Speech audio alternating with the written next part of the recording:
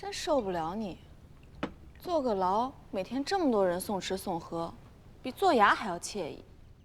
这本来就是衙，还是朝廷里1等1的大衙门，御史台。肃正朝纲，纠合百官。那滤镜门外肃正台，武皇时候是多少文武百官闻之色变的地方。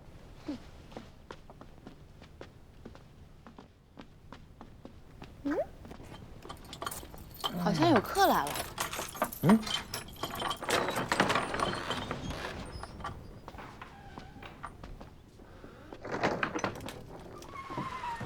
金贵兄，九郎兄，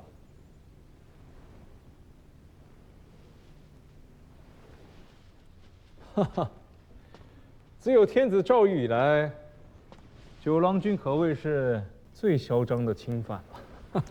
那君贵兄也住2天，嚣张嚣张。哈哈，大可不必。哎，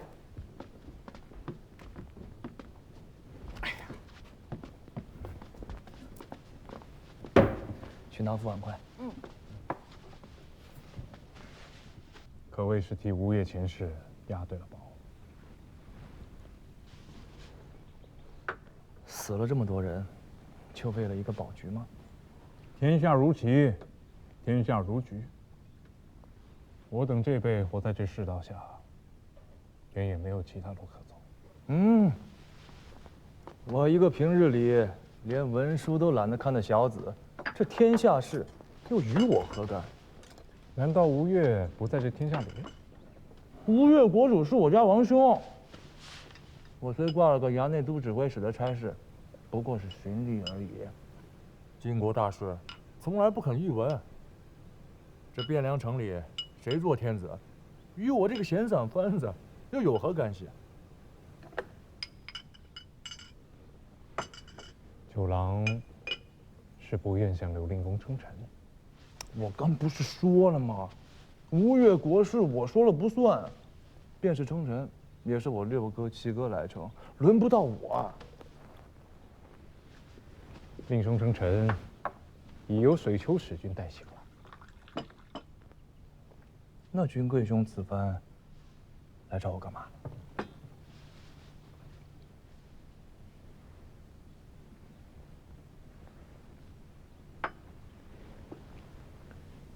吴越是吴越，九郎是九郎。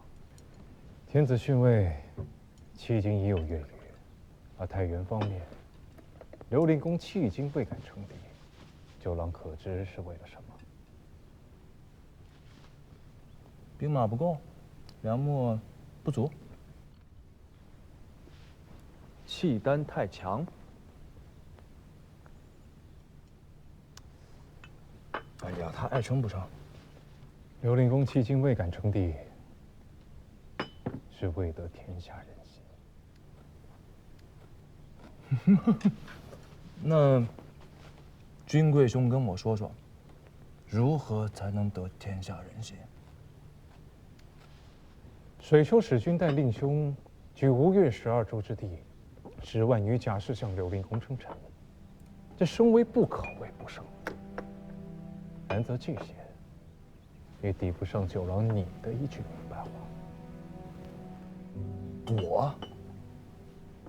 你还当你是原先的九郎吗？难不成住了1个月监牢，我便不是我了？你伤了张燕子，那又如何？九郎兄，你每日有这么多人给你送来桌上的这些饭食，这便是天下人心。你可知桑相公殉身开封府，是为了什么？天下人心。桑相公殉身，是为了让契丹主知晓，这个天下人心向背，是为了让契丹10几万大军知道，中原军民与杜重威、张彦泽这等残兵掠主之贼不共戴天。京师上下皆恨不得食其肉，寝其皮，可真敢当着契丹天子的面亮了刀呢？为九郎一人耳。所以现在，你便是天下人心。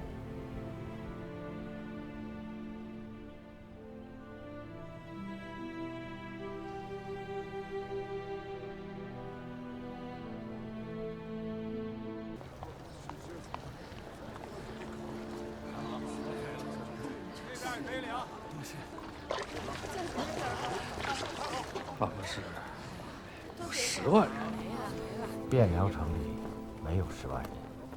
京畿12县，唯陈留一处陈园还算完整，却也没有人了。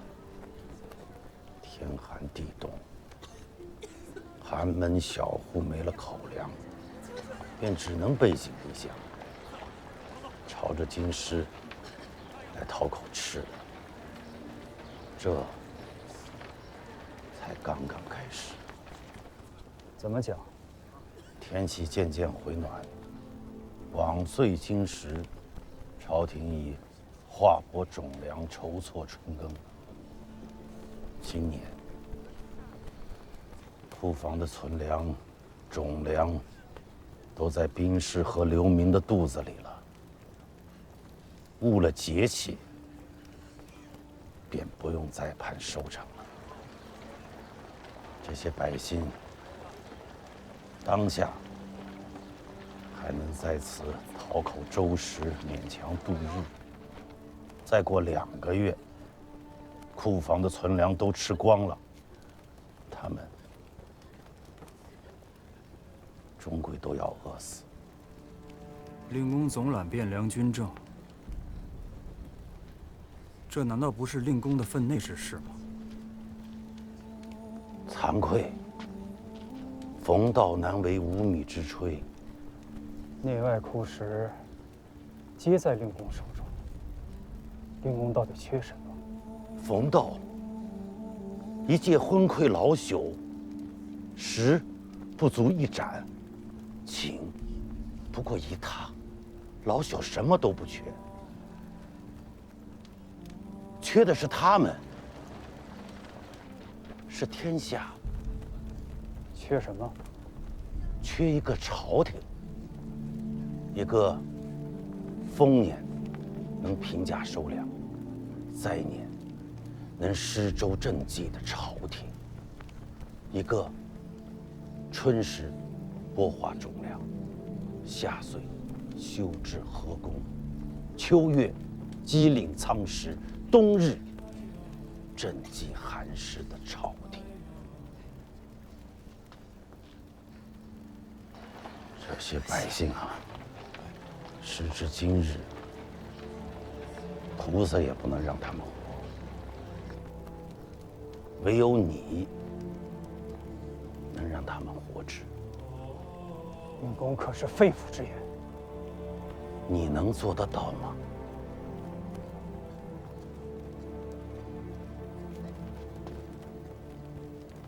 蒙尘何在？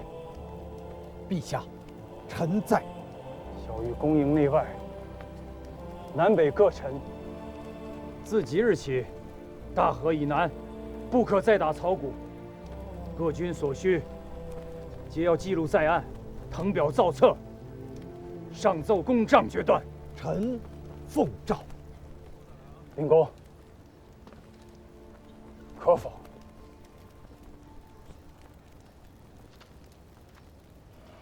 乱兵入城，给假3日，强人破门而入，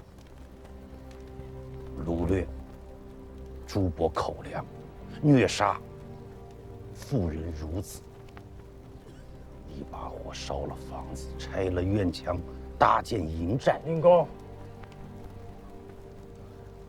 此乃张彦泽之罪，还是朕之罪？陛下言重了，但此时你说上一句不抢了，不杀人了，就可以了吗？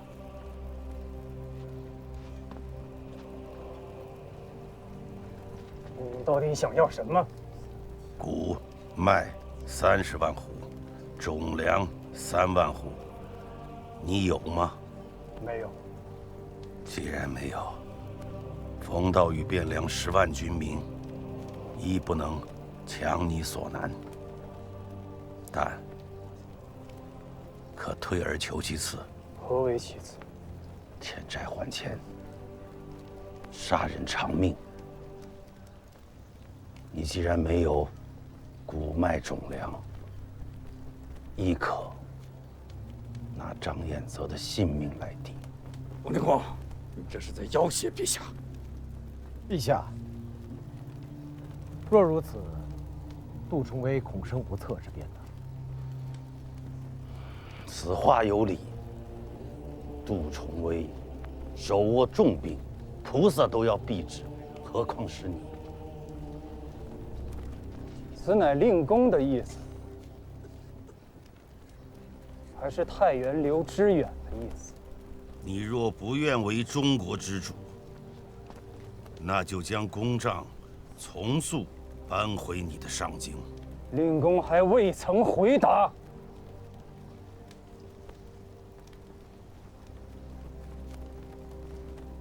心怀天下之人，不会问这样的问题。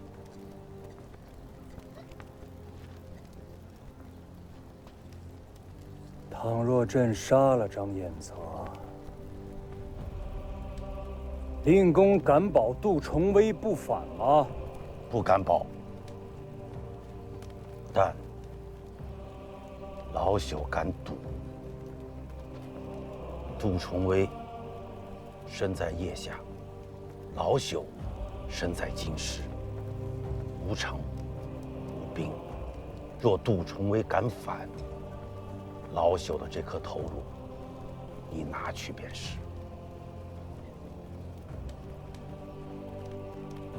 敢赌吗？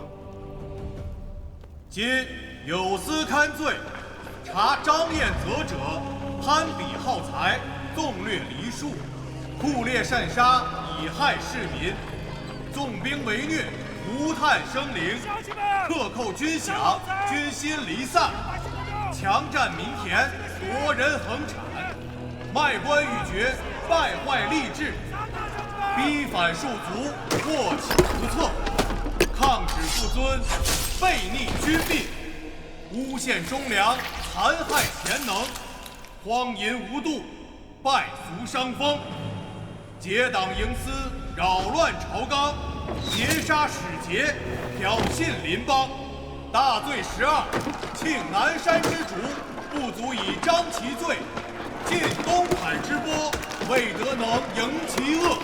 拒特大奸，朕起令5刑之诛，着即荐送北市，明正典刑，祭扬名誉，告谕四方。令公，张彦泽是契丹天子颁下明诏，明正典刑，汴梁城军民皆是见证。昭昭史册之上，将来也会这样记述。可惜了钱家九郎，一腔忠勇。乱世，人命卑贱，活着比什么都好。要舍得出来吗？不急，殿上失仪并非小罪，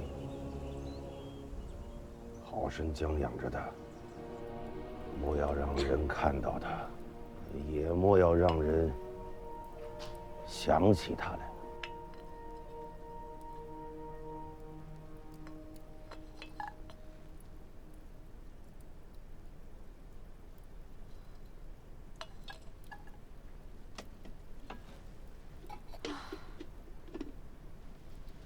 这个炭烤的真慢。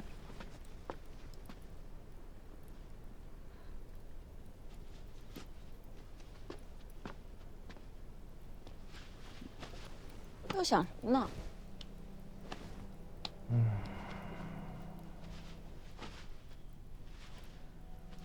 若此番有命难归，我便同你一起上岛，做个上门女婿，好不好？说什么疯话呢？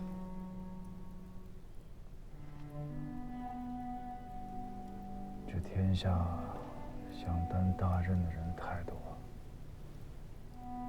有自知之明的人却又太少。若非如此，也不至于乱成这个样子。我就不掺和了。想来想去，除了黄龙岛，这天下好像没有第二个桃花源了。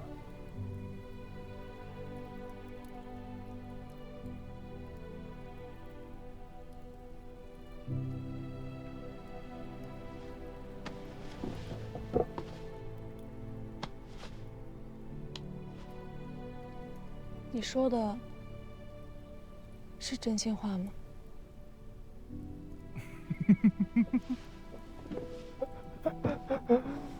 嗯。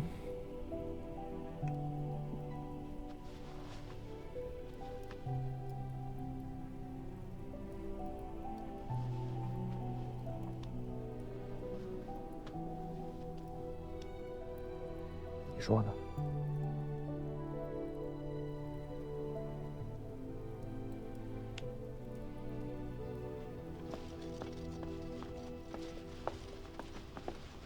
林姑，林姑，太原使臣王俊求见。终于来了，不见。令公。文素，你去见一见他。王俊想见的是令公，不是下官。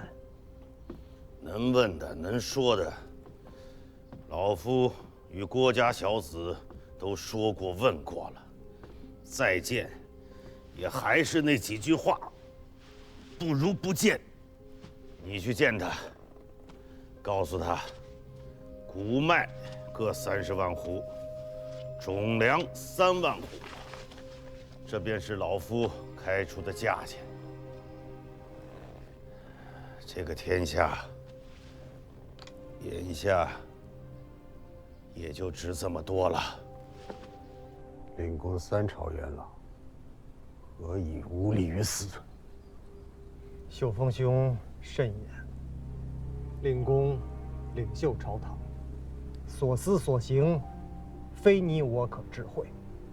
令公与文素兄今日之辱，一日王俊必有所报。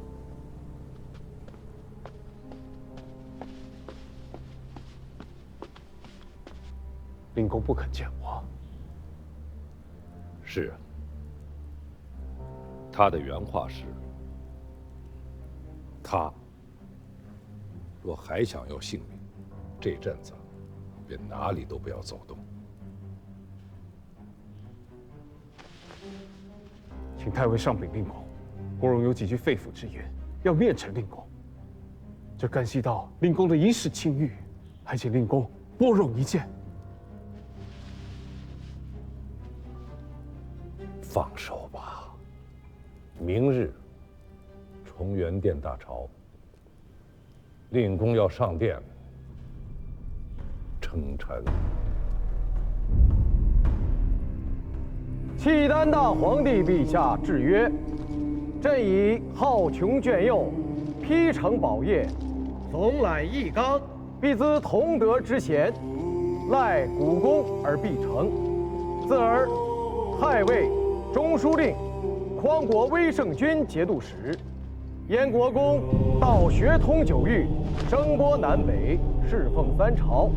册命元勋据金册，拜太傅，晋长乐郡王，增邑8000户，时封1200户。领枢密使，知南面汉儿司事，权汴梁内外兵马，赐牙户、牛头，许朝进不屈，尽忠走马，可。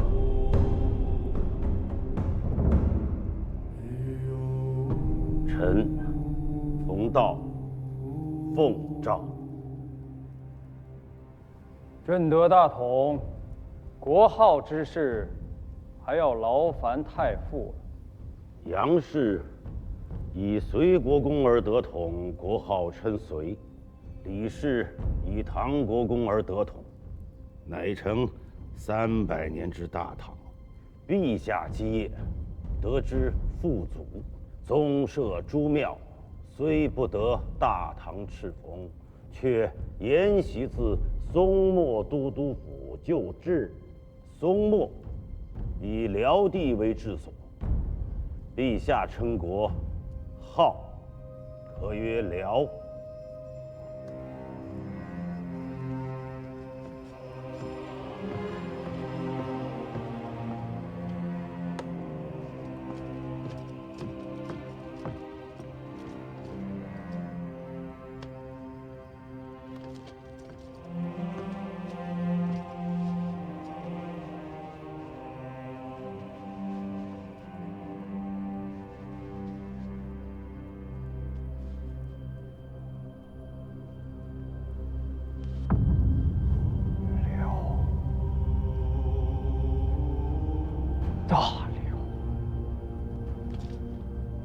太傅所奏，颇合古意，国号称辽，臣复议之。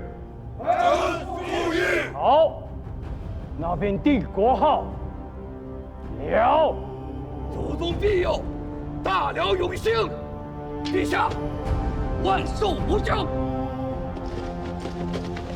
大辽永兴，陛下万寿无疆。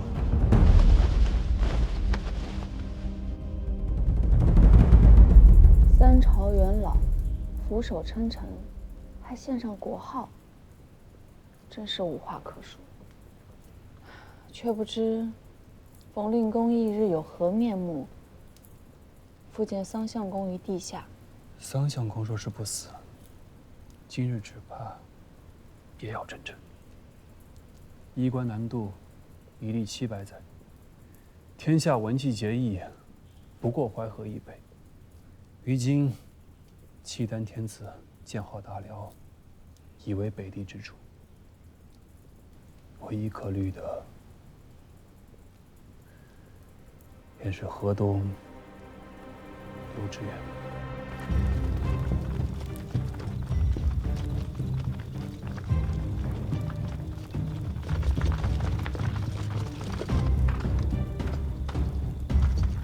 文仲，你想要做什么？当然是要做大事。大郎，末将在，去将那名盗旗取下来。哦。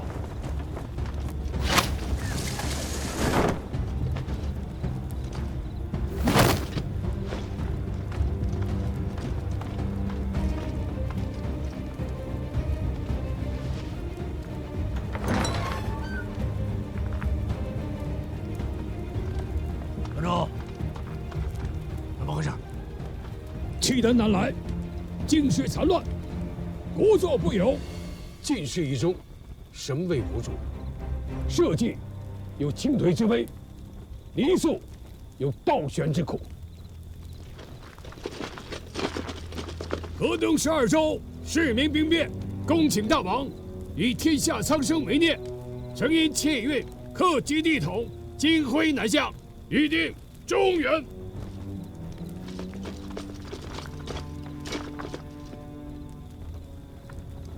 王军回来了。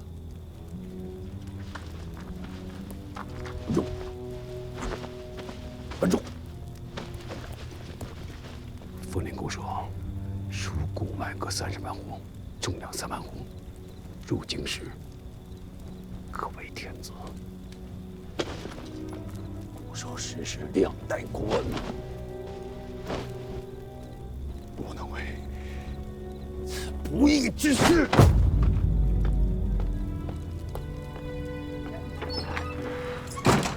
河东为天下人心所系，大王却拘泥于旧情恩义，不肯入京大统。我等受大王恩义赏罚，当气血在庭。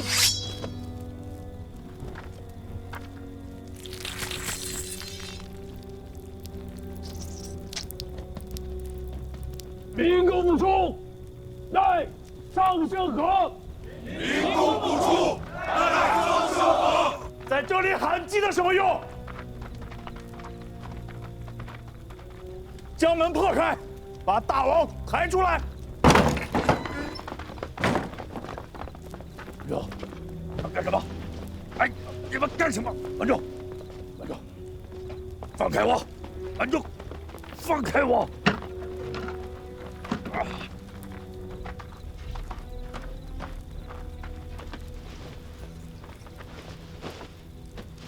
住！这要显得故意不义啊！小人小义，何足为论？社稷安危，苍生福祉，方为大仁大义。臣苏宇圭，请大王即皇帝位。尔等要陷公于不义呀！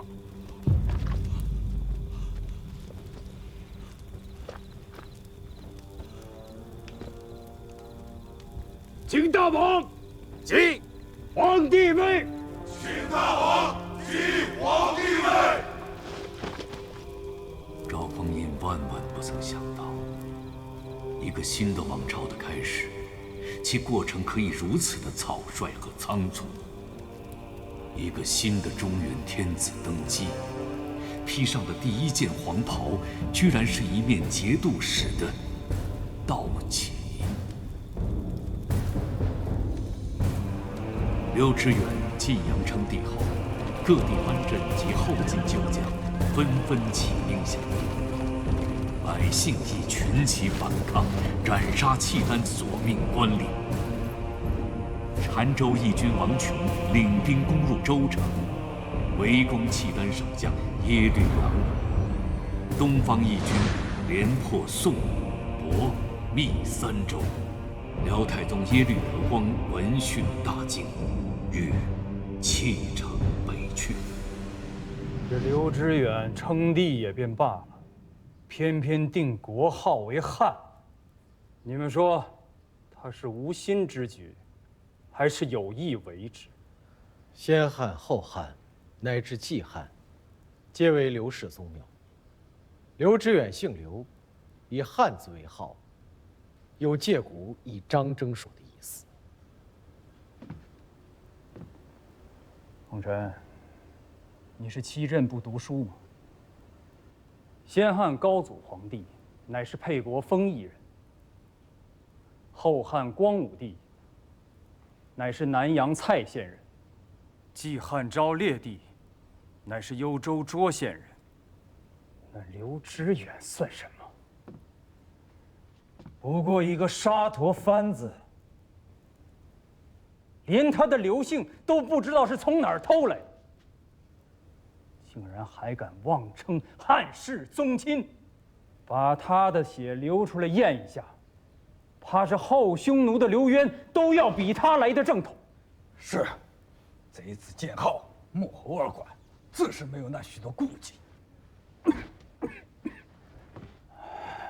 李克用、李存勖、李嗣源这父子兄弟，以沙陀人为中国天子，也没什么。石敬瑭父子也是沙陀人，也做了10几年的江山，而今到我大契丹人为中国皇帝，才2月有余，河东反了，河北也反了。不错，我契丹人是胡种，难道那沙陀朱野氏便不是胡种了吗？真就想不明白了，在那口是心非的南朝人心中，究竟什么是胡，什么又是汉？